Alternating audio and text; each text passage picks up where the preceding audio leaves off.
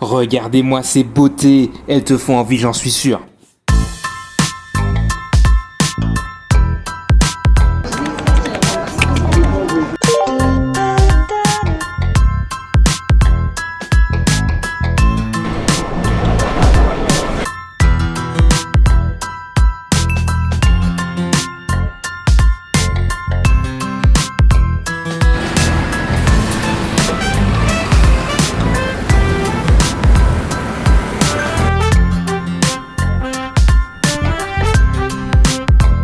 Eh oui, c'est encore moi, Mange Passion pour te partager de nouvelles adresses de bouffe. Pas forcément les moins chères, je te préviens, mais les plus qualitatives. Si tu aimes ce genre de découverte, tu as tout intérêt à t'abonner à un de mes comptes. Ça ne nécessite qu'un clic et ça va te changer la vie. Je suis sur Instagram, TikTok et Facebook sous le même nom de Mange Passion. Aujourd'hui, pour la première fois de ma vie, je me trouve dans cette magnifique ville de Fontainebleau. J'ai fait 2 heures de trajet depuis chez moi, Nanterre, pour y arriver.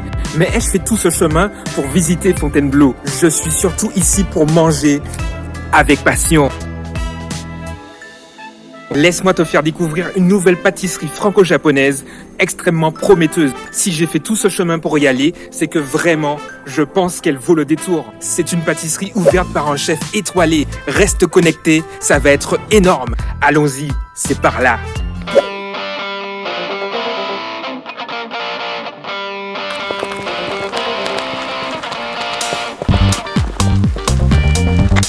Non, ce n'est pas de la drague de rue que je suis en train de faire. C'est la pâtisserie qui est en train de me faire de l'œil. La pâtisserie KG est du même propriétaire que le restaurant à 1 étoile Michelin, juste à côté, qui s'intitule l'Axel. Le propriétaire n'est autre que le chef Kunihisa Goto, qui, pour la fondation de la pâtisserie KG, a fait appel à la chef pâtissière Ayako Kishi. Cette dernière a été formée au Japon, mais a par la suite travaillé dans de grandes maisons françaises telles que l'hôtel 5 étoiles, le Bristol. Ça y est, le moment est arrivé, nous allons enfin pouvoir découvrir toutes ces magnifiques pâtisseries. Elles sont belles, n'est-ce pas? Je suis sûr que derrière ton écran, tu les trouves belles. Je le vois dans ton regard plein d'étoiles. Bon, c'est parti, il faut qu'on mange avec passion.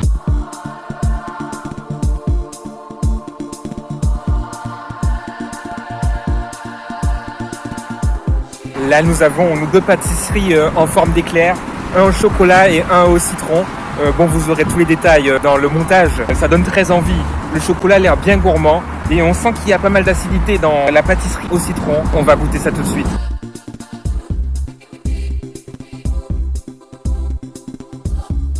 L'alezan se compose de croustillants café, biscuits noisettes, ponche café, crème noisette, mousse café et crémeux café.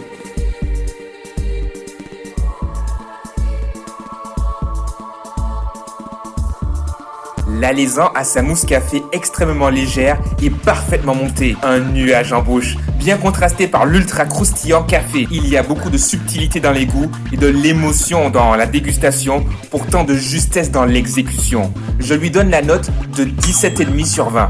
Le yuzu noka se compose de pâte sucrée, crème d'amande yuzu, citron confit et crème yuzu.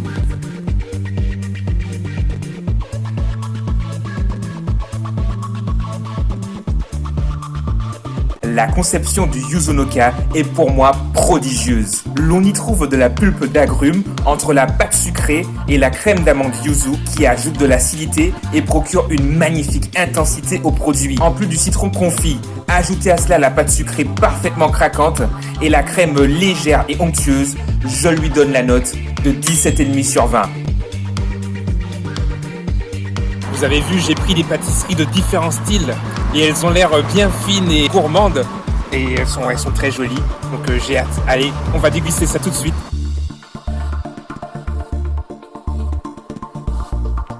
La pleine lune se compose de pâte à choux, craquelin sésame, croustillant sésame, crème sésame noire et cœur exotique, à savoir banane, mangue et passion.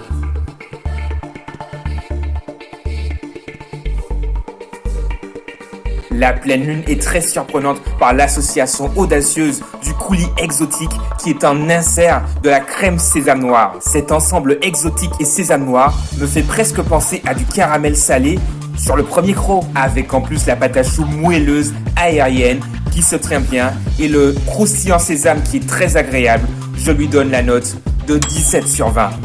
La ballerine se compose de meringue française, chantilly coco et coulis de mangue passion. N'est-ce pas, Mange Passion?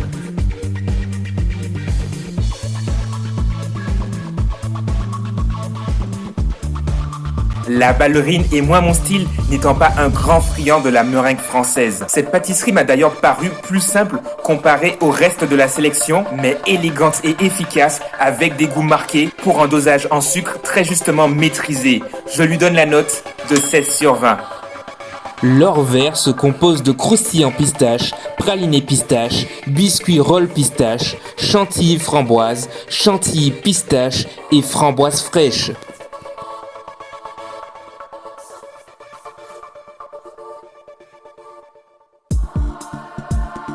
L'or vert a été un énorme coup de cœur. J'ai adoré l'extrême moelleux et aérien du biscuit roll pistache qui entoure et renferme l'intense chantilly framboise pistache. Waouh, choquant! La framboise est légère et la pistache est assez intense, le tout avec la fraîcheur des morceaux de framboise. Émotion garantie. Je lui donne la note de 18 sur 20.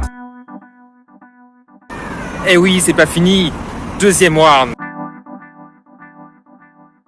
Le camélia et le tonka, franchement, ils donnent super envie, mais vous avez compris que c'était vraiment très beau, très élégant, et ça a très bien commencé, donc j'ai hâte. Le camélia se compose de pâte sucrée, biscuit roll cake, compoté de fraises, mousse au fromage blanc, chantilly vanille et glaçage blanc vanille.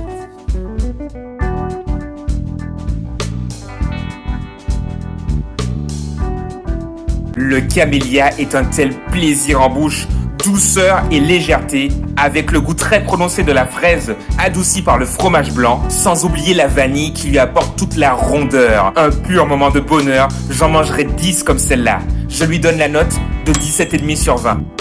Le tonka se compose de biscuits moelleux chocolat, croustillant gianduja, crémeux tonka, mousse au chocolat et chantilly tonka. Le tonka est une très bonne surprise. Il n'était pas dans mes premiers choix et j'avais bien tort. Il est très gourmand et délirant. Ce n'est pas le plus facile à déguster et je vous ai épargné ma bouchée de cette pâtisserie, mais cette création est hyper addictive avec un très bon croustillant gianduja qui renferme une mousse au chocolat bien ferme. Le goût du tonka dans le crémeux et la chantilly n'est pas trop puissant, juste ce qu'il faut de parfum et de peps.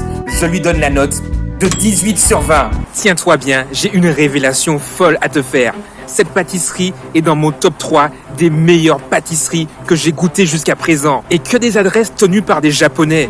Ils sont vraiment trop forts. Chacune des créations de cette boutique est une dinguerie. On sent que les recettes ont été scrupuleusement travaillées. Nous en sommes donc sur une consommation de cette pâtisserie individuelle à une moyenne de 17,36 sur 20. C'est la meilleure moyenne que je n'ai jamais attribuée à une pâtisserie jusqu'à présent.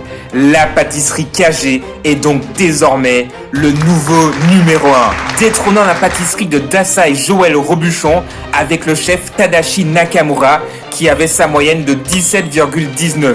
C'était très serré. Je suis bluffé. Franchement, 2 heures de trajet, ça vaut largement le coup. Et j'y retournerai. Grand merci à toi d'avoir suivi cet épisode de Mange Passion.